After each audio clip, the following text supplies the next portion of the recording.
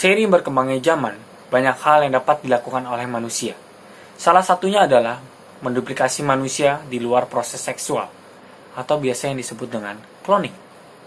Ayo kita bedah cloning dari sudut pandang etika dan budaya.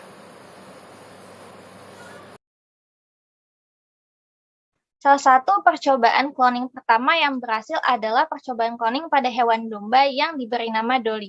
Dolly diciptakan oleh para ilmuwan dari Skotlandia di Roslin Institute, Edinburgh, dan lahir pada 5 Juli 1996.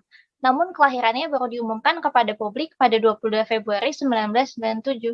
Di kehidupannya, Dolly dikawinkan dengan domba jantan dan berhasil melahirkan 4 ekor domba. Namun di kehidupannya juga Dolly sering menderita penyakit tertentu dan diindikasi akibat kelainan genetik yang mungkin terjadi karena proses cloning yang dijalankannya. Akhirnya pada usia 6 tahun Dolly dinyatakan meninggal dunia. Percobaan cloning domba Dolly terjadi dengan beberapa langkah. Yang pertama yaitu, cloning dimulai dari pengambilan sel somatis atau sel tubuh dari jantan dan mengambil sel telur pada betina, namun sel telurnya dihilangkan inti selnya. Selanjutnya yaitu proses penyatuan sel tubuh dan sel telur yang telah diambil dari sepasang jantan dan betina. Proses penyatuan dilakukan dengan memberikan kejutan listrik terhadap kedua sel tersebut sehingga terbukanya membran sel telur sehingga kedua sel bisa menyatu. Penyatuan tersebut menghasilkan sel telur yang berisi inti sel tubuh jantan. Dan terakhir, sel yang disatukan tersebut akan ditanamkan pada rahim induk domba betina sehingga domba betina tersebut hamil dan melahirkan anak hasil cloning tersebut. Ilmuwan berpendapat bahwa hal yang sama dapat diterapkan kepada kita, manusia, walaupun sebenarnya cloning untuk manusia masih menjadi dilema sampai pada detik ini. Ilmuwan memperkirakan bahwa wanita yang mengandung bayi cloning bisa terkena kanker langka dan bayi cloning yang dilahirkan tersebut dapat mengalami cacat dan abnormalitas. Tetapi ada sebuah kabar yang sempat menggegerkan dunia bahwa sebuah perusahaan bernama Clonite menyatakan bahwa mereka telah berhasil mengkloning manusia pertama yang diberi nama Eve.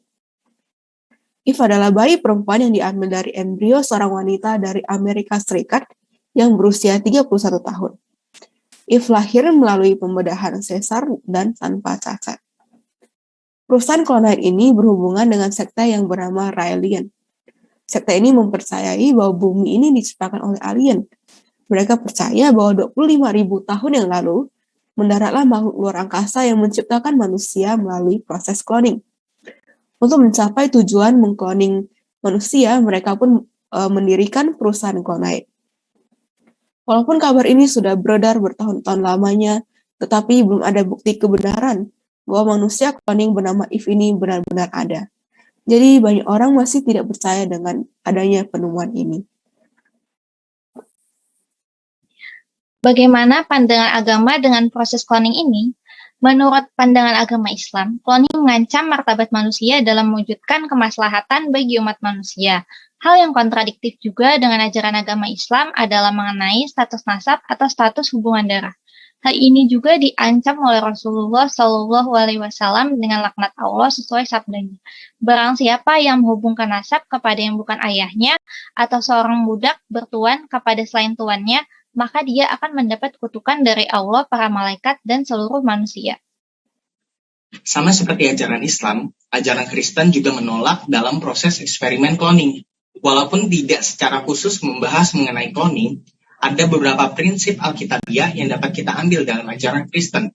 Salah satunya terdapat pada ayat Mazmur 139, ayat ke-13 sampai ke-14. Disebutkan, sebab Tuhanlah yang membentuk buah pinggangku, menenun aku dalam kandungan ibuku, aku bersyukur kepadamu oleh karena kejadianku dahsyat dan ajaib.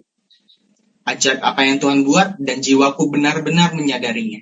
Dari ayat ini dapat kita simpulkan bahwa Tuhan sudah mengenal kita sejak sebelum kita lahir. Namun apa yang terjadi dalam proses cloning itu membutuhkan proses trial and error, di mana jika terjadi kegagalan, embrio bisa saja mati dan dibuang. Hal ini sama saja dengan meremehkan nyawa manusia itu sendiri.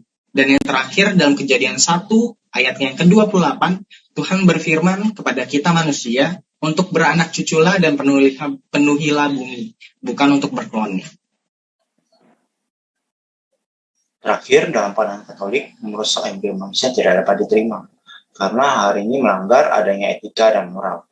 Maka metode ini perlu dihindari. Hal ini disampaikan oleh Paus Yohanes Paulus II pada Kongres Internasional Transplantasi pada tanggal 29 Agustus tahun 2000. Dalam aktivitas sains, diperlukan adanya prinsip etika sains yang dirumuskan sebagai pembatas dan penaung aktivitas sains yang memiliki 4 prinsip. Yang pertama adalah universal, yang kedua adalah komunal, yang ketiga adalah tanpa kepentingan, dan yang terakhir adalah skeptis. Yang pertama, universal, yang berarti hal ini berlaku secara umum tanpa memandang unsur ras dan sara. Yang kedua, komunal, hal ini berarti setiap hasil aktivitas sains harus disebarluaskan kepada masyarakat agar kredibilitasnya dapat dipertanggungjawabkan. Yang ketiga, tanpa kepentingan, jadi hasil sains atau hasil penelitian tidak boleh direkayasa untuk kepentingan pribadi. Dan yang terakhir adalah skeptis.